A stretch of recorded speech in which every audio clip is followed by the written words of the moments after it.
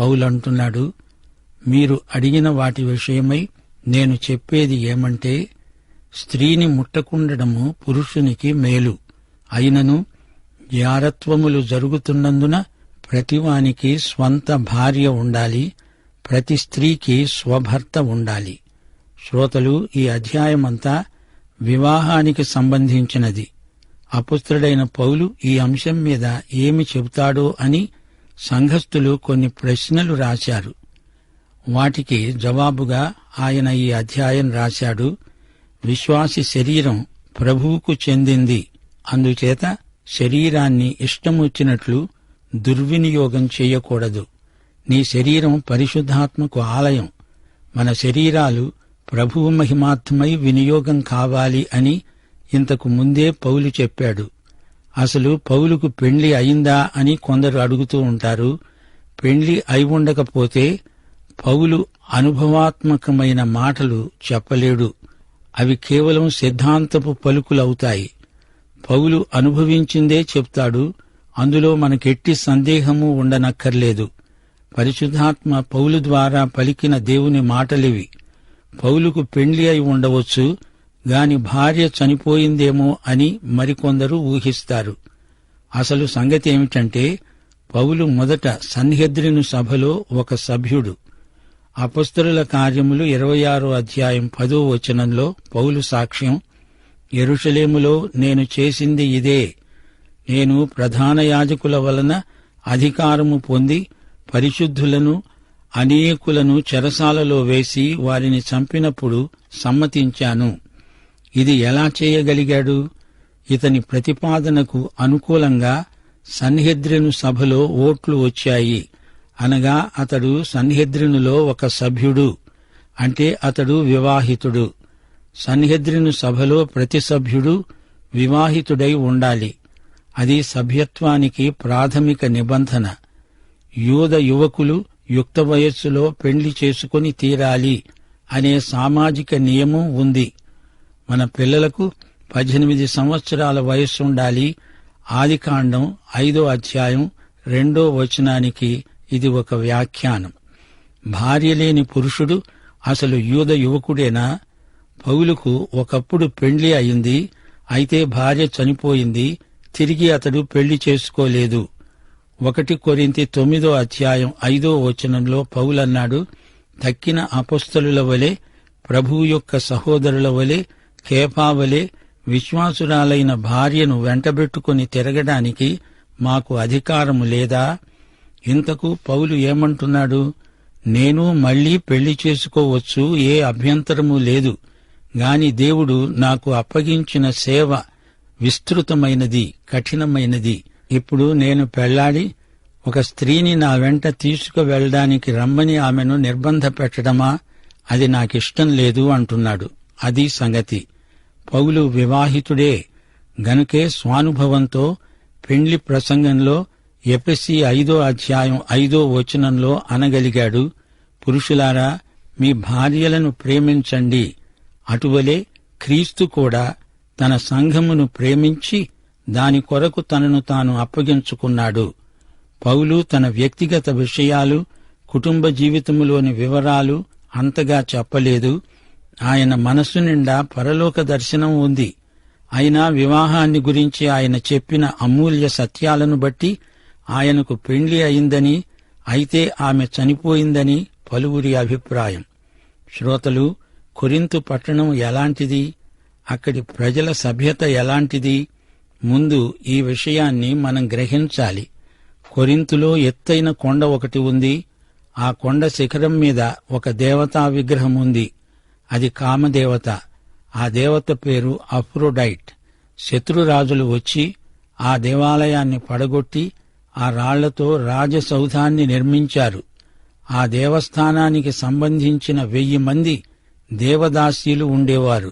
స్త్రీ పురుష లైంగిక చిహ్నాలతో నిండిన సంస్కృతి ప్రభావం అక్కడి ప్రజల మీద బలీయంగా ఉంది. గ్రీకు వేదాంతం 2 శాఖలుగా అక్కడి ప్రజల మనసును ఆకట్టుకుంది. స్తోయికు వేదాంతం లైంగికపరమైన ఆశలను అరికట్టాలి అంటే, ఎపిక్యూరియన్ వేదాంతులు కోరికలను అరికట్టకూడదు, వాటిని పూర్తిగా అనుభవించాలి అంటారు. బహుభార్యాత్వం అమలులో ఉంది. నాటి సమాజంలో వ్యభిచారానికి హద్దుపొద్దుల్లేవు. ఈ నేపథ్యంలో పౌలు కొరింథు క్రైస్తవులకు పరిశుద్ధ వివాహాన్ని గురించి వారడిగిన ప్రశ్నలకు జవాబులు రాస్తున్నాడు. వివాహాన్ని గురించి పౌలుకు దేవుడు బయలుపరచిన సత్యాలను ఈ అధ్యాయంలో మనం నేర్చుకుంటాము. భార్యలారా, ప్రభువునకు వలె మీ స్వంత పురుషులకు లోబడండి అంటూ ఎఫెసీ 5:22 పౌలు స్త్రీలకు ప్రబోధం చేశాడు. లోబడడం అంటే భర్త ప్రేమకు ఆమె ప్రతిస్పందన. పురుషుడే మొదట ప్రేమిస్తాడు. అప్పుడామె తన భర్త ప్రేమకు స్పందిస్తుంది. భార్యాభర్తల మధ్య ప్రవర్తిల్లే మానసిక, ఆధ్యాత్మిక, భౌతిక, శారీరక, వైవాహిక ప్రేమ లోబడుతుంది. దేవుడే మొదట మనల్ని ప్రేమించాడు గనుక మనము ప్రేమిస్తున్నాము అంటోంది 1 యోహాను 4:19. ఇదే దేవుని సృష్టి రహస్యం. నీవు ప్రేమించు, నీ భార్య లోబడుతుంది. భార్య లోబడడం లేదు అని నీవన్నావంటే నీవు ప్రేమించటం లేదు అని అర్థం. వైవాహిక వ్యవస్థలో పౌలు స్త్రీ యొక్క అంతస్తును ఎంతో హెచ్చించాడు. నాటి వైవాహిక వ్యవస్థ భ్రష్టు పట్టింది. భార్యను ఒక బానిసగా, పనిమనిషిగా చూచారు. కాని పౌలీయ ప్రబోధం క్రైస్తవ సంఘానికి గొప్ప కనువిప్పు కలిగించింది. భర్త భార్యను, అలాగే భార్య భర్తను ప్రేమించాలి. ఒకరికొకరు వారు తమ ధర్మాలు నడపాలి. భర్తకే కాని భార్యకు తన దేహముపై అధికారము లేదు. ప్రార్థన చేయడానికి మీకు సావకాశము కలుగునట్లు కొంతకాలము వరకు ఉభయుల సమ్మతి చొప్పుననే తప్ప ఒకరినొకరు ఎడబాయకండి. మీరు మనస్సు నిలుపలేకపోయినప్పుడు సైతాను మిమ్మును శోధించకుండా తిరిగి కలుసుకోండి. ఇది నా హితోపదేశం, ఆజ్ఞ కాదు. మనుష్యులందరూ నావలి ఉండాలని కోరుతాను. అయినా ఒకడు ఒక విధముగా, మరి ఒక విధముగా, ప్రతి మనుష్యుడు తనకున్న కృపావరమును దేవుని వలన పొంది ఉన్నాడు. భార్యాభర్తలు ఒకరి పట్ల ఒకరు ప్రేమను వ్యక్తం చెయ్యాలి. అంతేగాని పురుషుడు వివాహ పరిధిని దాటి ఇతర స్త్రీలతో సంబంధం పెట్టుకోకూడదు. వైవాహిక ప్రేమకే లైంగిక సంపర్కం పరిమితం. వైవాహిక బంధం ప్రేమ. ఈ మాట పౌలు స్వానుభవంతో అంటున్నాడు. ఆదాము హవ్వలను అడగండి, యాకోబు రాహేలులను సంప్రదించండి, బోయజు రూతు, దావీదు అబీగయీలు దంపతులను అడిగి చూడండి. వైవాహిక ప్రేమ అంటే ఏమిటో వారు మీకు సాక్ష్యమిస్తారు. 1 సమూయేలు 25:29 అబీగయీలు దావీదుతో అన్నది, నా ఏలిన వాడవైన నీ ప్రాణము నీ దేవుడైన యెహోవా వద్దనున్న జీవపు మూటలో కట్టబడుతుంది. ఎందరో భక్తిగల భార్యలు తమ భర్తల సేవా దర్శనాన్ని విస్తృతపరచిన వారున్నారు. దేవుడు జతపరిచిన భార్యాభర్తలను సైతాను వేరుపరచకుండా జాగ్రత్తపడండి. మీ వివాహానికి చుట్టూ సైతాను దాటరాని కంచెను ఒకటి నిర్మించుకోండి. పౌలంటున్నాడు, ఇది నా ఆజ్ఞ అనుకోకండి, ఇది మీకు నేను చెప్పే హితవు. మీ వైవాహిక జీవితంలో సైతానుకు చోటు పెట్టకండి. సాధ్యమైనంత వరకు ఒకరినొకరు ఎడబాయకండి. ఆధ్యాత్మిక కారణాలను బట్టి మాత్రమే తాత్కాలికంగా అవసరమైతే వేరుగా ఉంటే ఉండండి. ఉండగలిగితే మీరు నాలాగా ఉంటే మరీ మంచిది. ఈ మాట అంటున్నప్పుడు పౌలుకు భార్య లేదు. అప్పటికే ఆమె చనిపోయింది. ఆయన తిరిగి వివాహం చేసుకోలేదు. తన సువార్త ప్రయాణాలలో ఒంటరిగానే ఉన్నాడు. పేతురులాగా భార్యను వెంటబెట్టుకుని వెడదామంటే ఆమె లేదు, ప్రభువునందు నిద్రించింది. కొందరు వివిధ కారణాలను బట్టి అవివాహితులుగానే ఉండిపోయి సేవ చేస్తారు. మత్తయి సువార్త 19:12 ప్రభువు చెప్పినట్లు, తల్లి గర్భము నుండి నపుంసకులుగా పుట్టిన వారు కలరు, మనుష్యుల వలన నపుంసకులుగా చేయబడిన నపుంసకులు కలరు.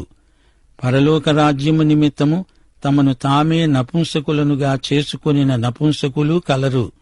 అందరూ అలా ఉండలేరు. కొందరికి భార్యలు ఉండాలి. భార్య దేవుడిచ్చిన వరం. 8 నుండి 16 వచనం వరకు నావలి ఉండడము వారికి మేలు అని పెండ్లి కాని వారితో, విధవరాండ్లతో చెప్తున్నాను. అయితే మనస్సు నిలుపలేని ఎడల పెండ్లి చేసుకోవచ్చు. కామతప్తులవటం కంటే పెండ్లి చేసుకోవడం మేలు. పెండ్లి అయిన వారికి నేను కాదు, ప్రభువే ఆజ్ఞాపించేది ఏమంటే, భార్య భర్తను ఎడబాయకూడదు. ఎడబాసిన ఎడల పెండ్లి చేసుకోకుండా ఉండాలి, లేదా తన భర్తతో సమాధానపడాలి. భర్త తన భార్యను పరిత్యజించకూడదు. ప్రభువు కాదు, నేనే తక్కిన వారితో చెప్పేది ఏమంటే, ఏ సహోదరునికైనా అవిశ్వాసురాలైన భార్య కలిగి ఉండి ఆమె అతనితో కాపురము చేయడానికి ఇష్టపడిన ఎడల అతడు ఆమెను పరిత్యజించకూడదు. ఏ స్త్రీకైనా అవిశ్వాసి అయిన భర్త కలిగి ఉండి ఆమెతో కాపురము చేయడానికి ఇష్టపడిన ఎడల ఆమె అతణ్ణి పరిత్యజించకూడదు. అవిశ్వాసి అయిన భర్త భార్యను బట్టి పరిశుద్ధపరచబడతాడు. అవిశ్వాసురాలైన భార్య విశ్వాసి అయిన తన భర్తను బట్టి పరిశుద్ధపరచబడుతుంది. లేని ఎడల మీ పిల్లలు అపవిత్రులై ఉంటారు. ఇప్పుడైతే వారు పవిత్రులు.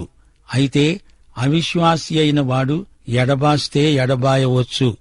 అట్టి సందర్భములలో సహోదరునికైనా సహోదరికైనా నిర్బంధము లేదు. సమాధానముగా ఉండడానికి దేవుడు మనల్ని పిలిచాడు. ఓ స్త్రీ, నీకేమి తెలుసు? నీ భర్తను రక్షించుకుంటావేమో. పురుషుడా, నీకేమి తెలుసు? నీ భార్యను రక్షించుకుంటావేమో. ప్రియశ్రోతలు వింటున్నారా? వైవాహిక నియమాలు కొన్ని అపొస్తలుడైన పౌలు ఉపదేశిస్తున్నాడు. భార్యాభర్తలు ఎన్నటికీ విడిపోకూడదు.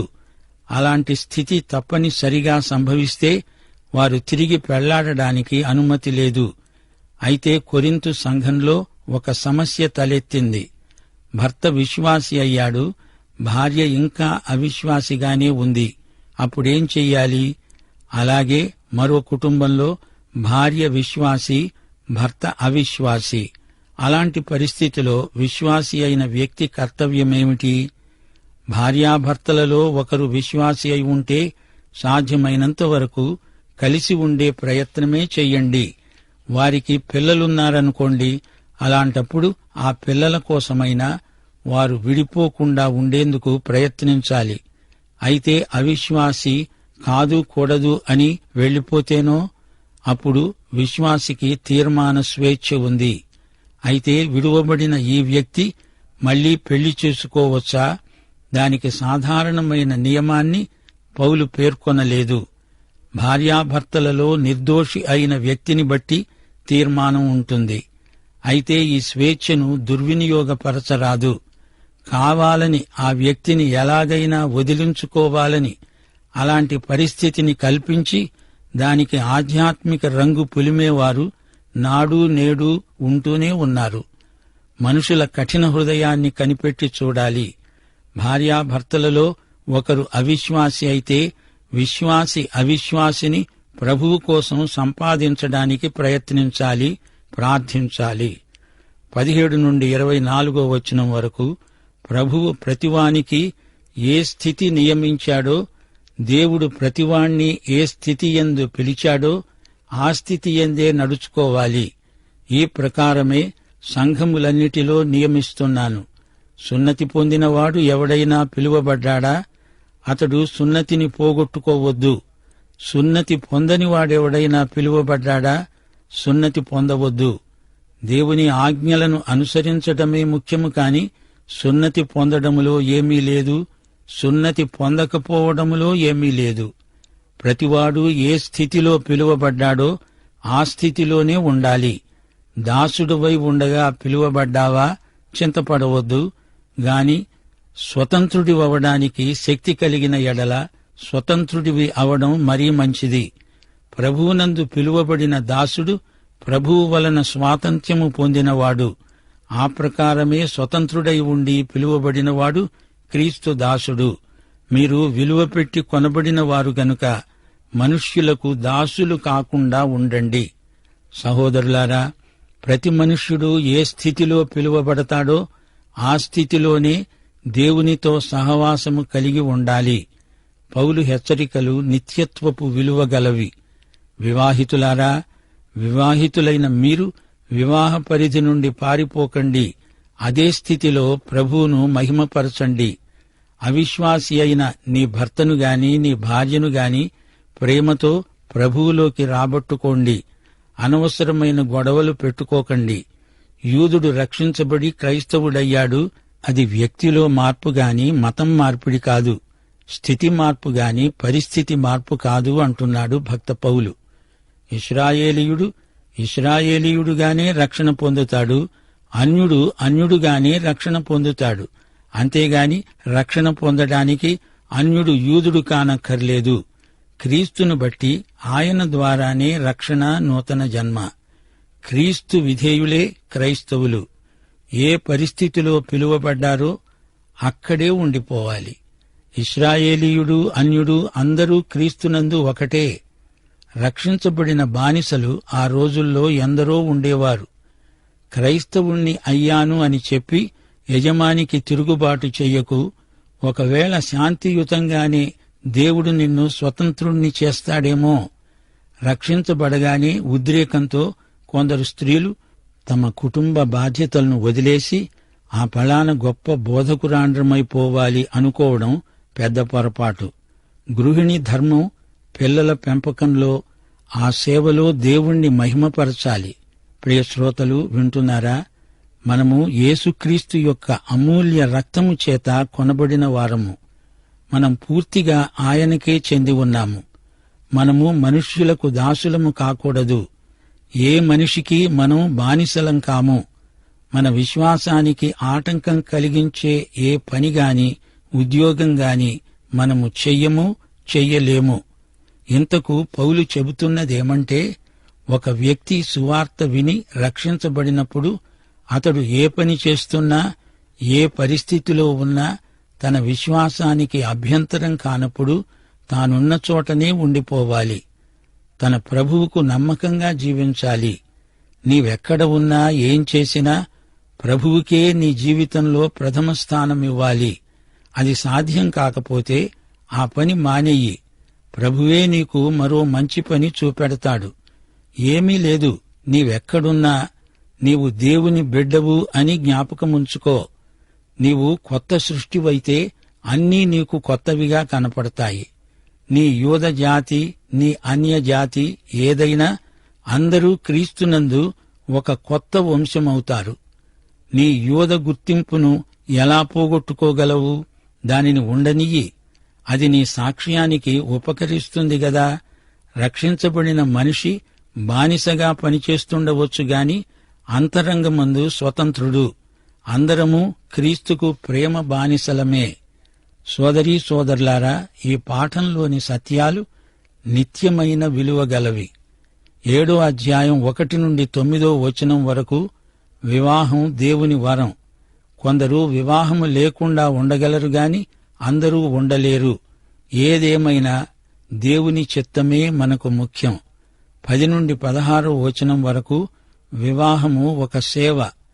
వివాహమైన తరువాత రక్షించబడిన భార్యగాని భర్తగాని ఒకరినొకరు ప్రేమతో రాబట్టుకోవాలి. ఇద్దరూ వివాహ పరిధిలో చేయవలసిన సేవ ఎంతో ఉంది. ప్రభు ప్రేమలో ఎదుగుతూ ఒకరినొకరు క్రీస్తు తనను ప్రేమించినట్లే ప్రేమించుకోవాలి. వైవాహిక పరిధిలో ఎంతో సేవ ఉంది. పౌలు ఇదే మాటను నొక్కి చెప్తున్నాడు. 17 నుండి 24వ వచనం వరకు వైవాహిక జీవితం ఒక పిలుపు. నీవు క్రైస్తవ విశ్వాసివైతే అంతకు ముందు నీ జాతి, నీ బంధువులు బలగం గురించిన బాధ్యతలు వదిలివేయాలని కాదు. రక్షణ పొందాక కూడా యూదుడు యూదుడే, బానిస బానిసే, స్వతంత్రులు స్వతంత్రులే, వివాహితులు వివాహితులే. ఇప్పుడు క్రీస్తు సహాయంతో నీకు కలిగిన పిలుపును అర్థవంతంగా నెరవేర్చగలవు. 1 పేతురు 4వ అధ్యాయం 16వ వచనం కూడా ఇదే అంశాన్ని ప్రస్తావిస్తోంది. ఎవడైనను క్రైస్తవుడైనందుకు బాధ అనుభవించిన ఎడల అతడు సిగ్గుపడక ఆ పేరును బట్టే దేవుణ్ణి మహిమపరచాలి.